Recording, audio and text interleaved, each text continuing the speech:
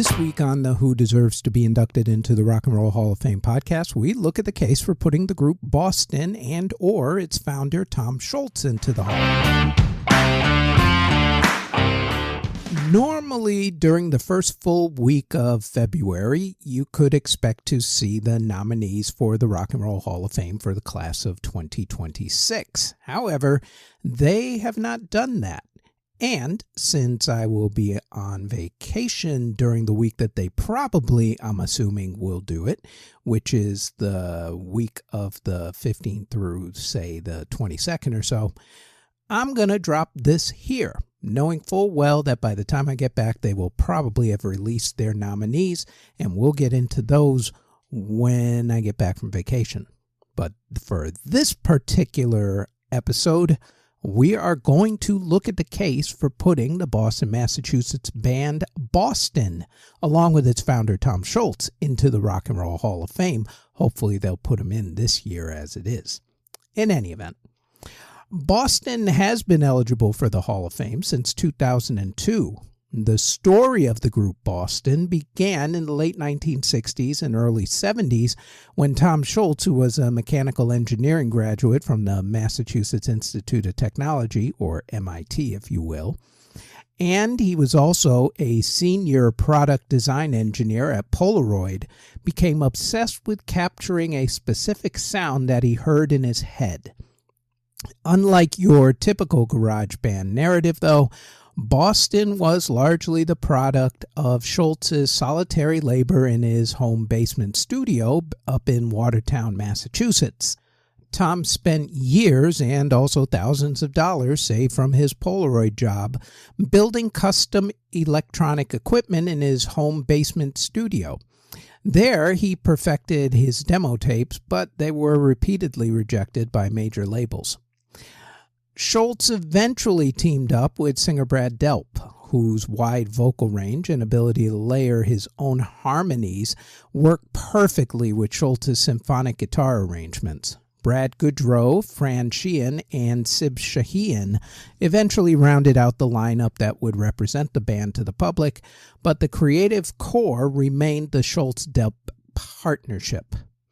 When Epic Records finally signed them to a record deal back in 1975, the label insisted that their first album be recorded in a professional studio. In a legendary move that has gone down in the annals of music history, Scholz said sure, but he secretly recorded the majority of the debut album in his basement while tricking the label into thinking that the work was being done in a studio over in L.A. He did it because he wanted complete control over his project and not a bunch of suits in an office somewhere trying to tell him what to do. The result was the self-titled album Boston, released in August 1976. Boston, the album, was an immediate hit, fueled by the lead single More Than a Feeling, which utilized the power soak device that Scholz had invented to get a saturated cranked amp sound at lower volumes. The record became the fastest-selling debut in American history at the time, eventually being certified at 17 times platinum. Its success was defined by the polished wall of sound that Tom had built and then blended the aggression of hard rock with the more melodic complexities of progressive rock. Success, however, brought the immediate friction between Tom's perfectionism and the music industry's demand for high-frequently output, which is a really nice way of saying the record label really wanted a new album, and now. The follow-up album, which was 1978's Don't Look Back, was released under intense pressure from Epic Records.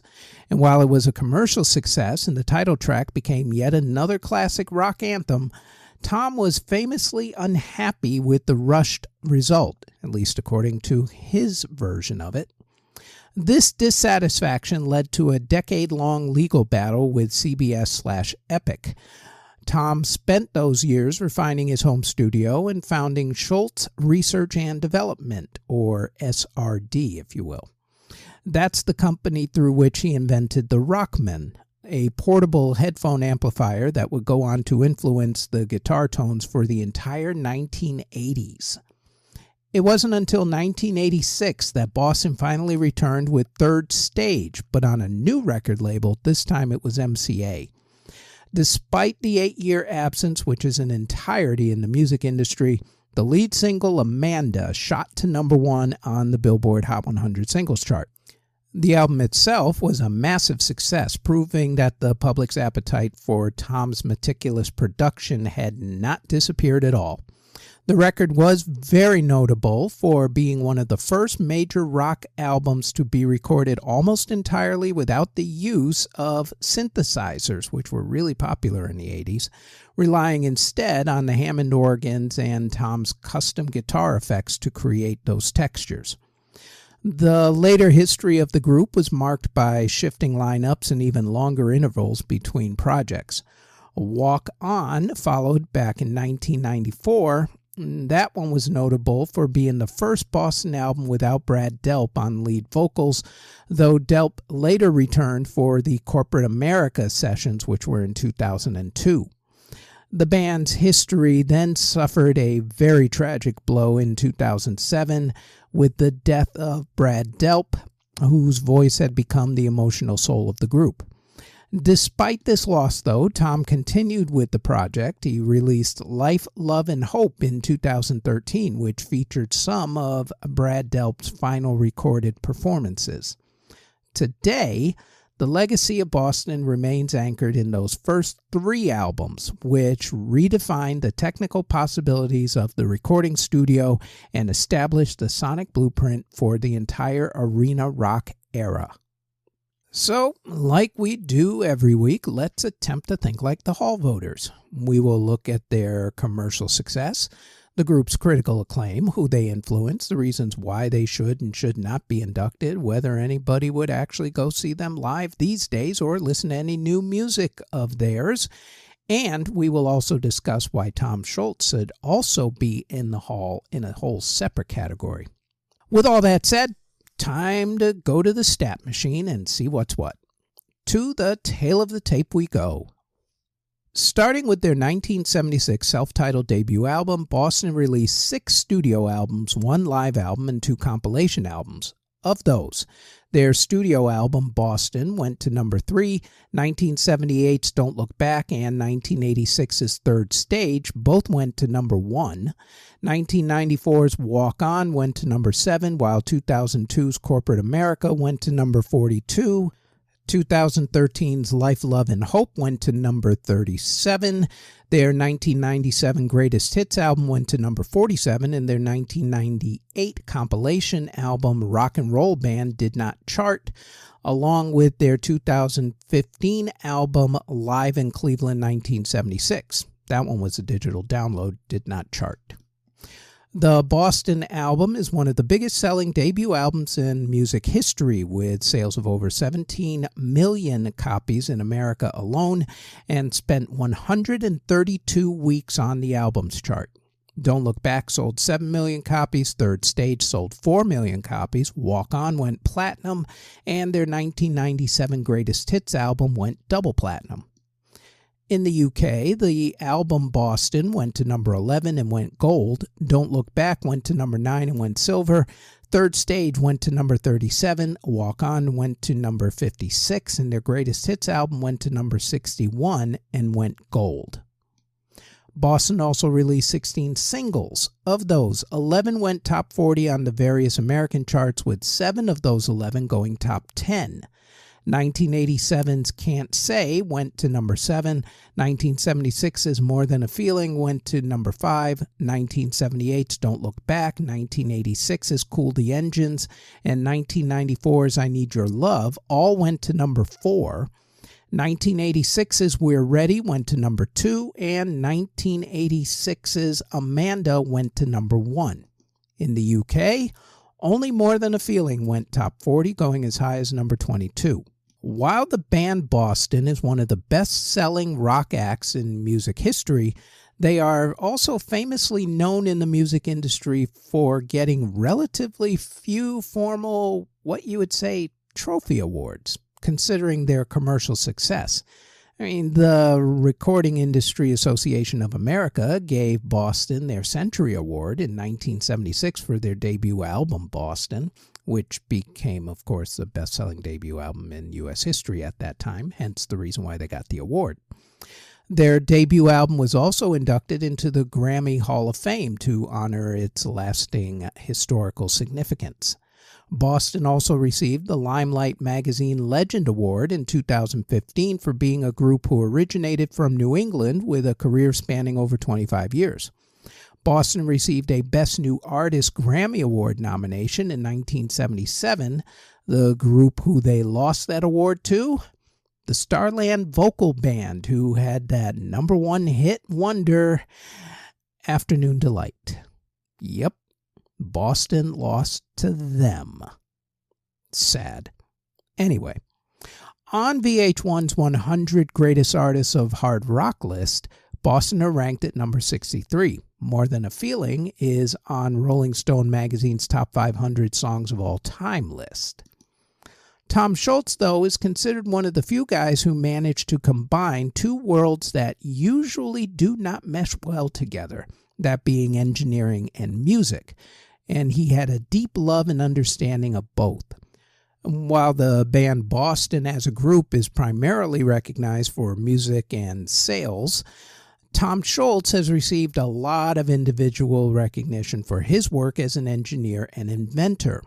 Because Tom received his Master of Science in Mechanical Engineering degree from MIT, that was back in 1970, and was a former senior product design engineer for Polaroid, his awards, if you want to call them that, usually take the form of patents and technical honors rather than your usual music trophies. For instance, Tom holds almost 35 patents for inventions related to audio engineering and music technology. Scholz Research and Development was honored in the industry for the creation of the Rockman line of guitar amplifiers and effects, which revolutionized portable guitar amplification and high-fidelity recording. MIT frequently recognizes him as being one of their most prominent alumni, citing his approach to playing and recording as a direct result of his technical background. Tom is also a humanitarian and has received several high-level honors for his humanitarian and individual contributions. For instance, he received the Mahatma Gandhi Award in 1987 for his philanthropic work, and the National Hospice Organization gave him their Man of the Year Award in 1988. Boston's influence on artists is twofold. It exists in the arena rock sound they pioneered and also the groundbreaking audio technology that Tom created. Because Tom was an engineer as much as a musician, his influence reaches beyond the music portion and also right into the very equipment that other bands use to record their hits. Artists and bands who have been influenced by Boston's sound production techniques or technology include arena rock artists like Journey, Foreigner, Styx, along with Def Leppard and their mega producer Mutt Lange, especially Mutt, who was a huge fan of Boston's sound. There were also groups who used Tom's invention, the Rockman, a portable headphone amp and studio processor, and that unique, what they used to call the Boston in a box tone, was used by some of the biggest names in music, such as ZZ Top, Joe Satriani, David Gilmour, and Kiss. Then there's the alternative and modern rock artists who love Boston's songwriting dynamics, groups like Nirvana, the Pixies, and the Christian metal rockers Stryper. Remember them? They were a good band back in the day. In fact, Stryper's frontman Michael Sweet was so influenced by the band that he eventually joined Boston as a touring vocalist and guitarist after Brad Delp's passing. There were also the production and engineering geeks who built their own home studios because of what Tom was able to do. Tom was kind of the prototype of the whole thing. Now, one would think that Boston being inducted into the Rock and Roll Hall of Fame would not be an issue because by almost every single metric there is when it comes to these things, like sales, sound, and the influence of a group or artist, Boston definitely has that resume that stacks up against most current Hall of Famers. Yet, here we are. So, let's go over the reasons.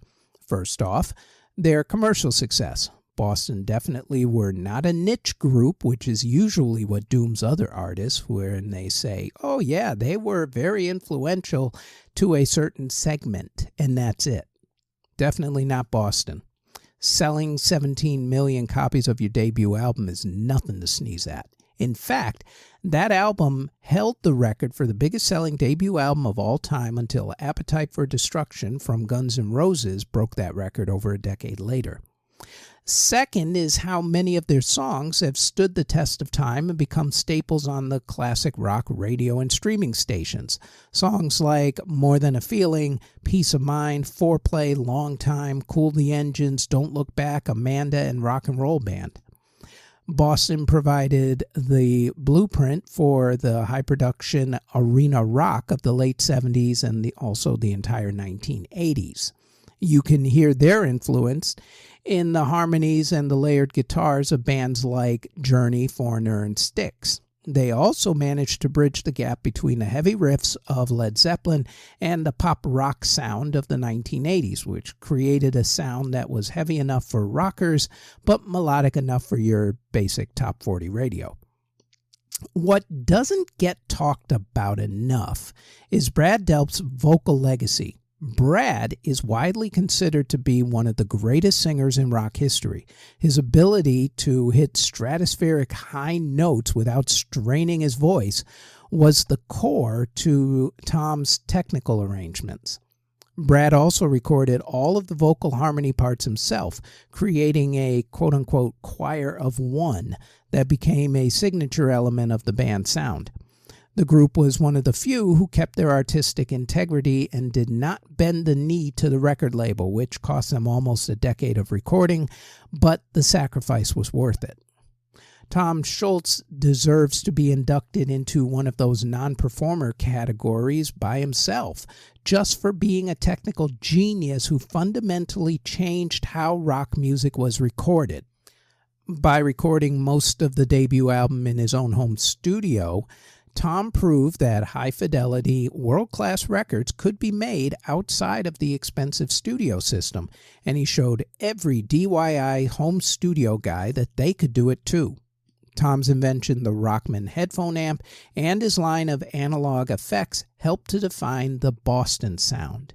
This technology was used by countless other artists, including Def Leppard and ZZ Top, to achieve their polished, produced studio sound.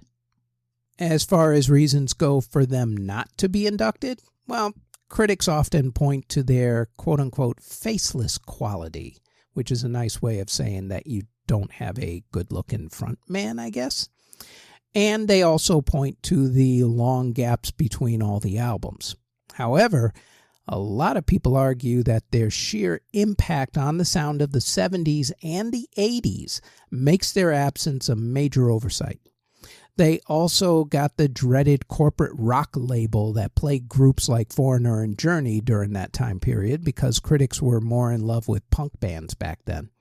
Critics like the Rolling Stone magazine crowd, who historically have great influence over the Hall of Fame voting, so blame those guys for not having your favorite band in, often viewed Boston sound as overproduced and sterile. Again, none of those reasons are really good ones for keeping Boston out of the Hall for so long, especially now that Journey, Foreigner, and Bad Company are in.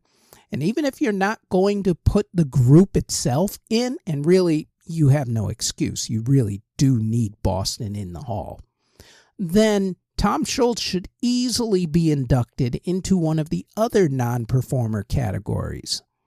Like I said, if it wasn't for what he did back in the early 1970s, and he invented all this stuff, then most kids would still be playing music in their basements and garages instead of recording their music because they could never afford all the expensive studios. That's why Tom deserves to be in the Rock and Roll Hall of Fame on his own in a non-performer category. And Boston needs to be inducted into the Hall of Fame as well, just because they're that important, even if people don't realize it. Well, I've rattled on long enough. You know my feelings, and now it's your turn. Let me know in the comments. What do you think? Should Boston be inducted into the Rock and Roll Hall of Fame finally after being eligible for, 24 years and counting at this point? Should Tom Schultz be inducted into the Hall in the non-performer category? Seems like a good thing, I would say, but that's just me. Play nice in the comments. We know the Hall sucks. That's why we do this as a public service to those people. And hopefully, by the time you hear this, the Hall will have put out its list, and Boston better be on this list. I'm just saying. And that is it for who deserves to be inducted into the Rock and Roll Hall of Fame. We also invite you to check out our other podcast, the Music History Today podcast, where we go over what happened on that date in music history. That podcast drops daily, including weekends, on this channel that you're either watching or listening to this podcast on. We also have the Music History In-Depth podcast, where we go more in-depth into the events that happened for that week in music history. And that podcast posts every Tuesday on this channel that you're either watching or listening to this podcast on. Thank you very, very much for listening or watching if you're on YouTube or Spotify.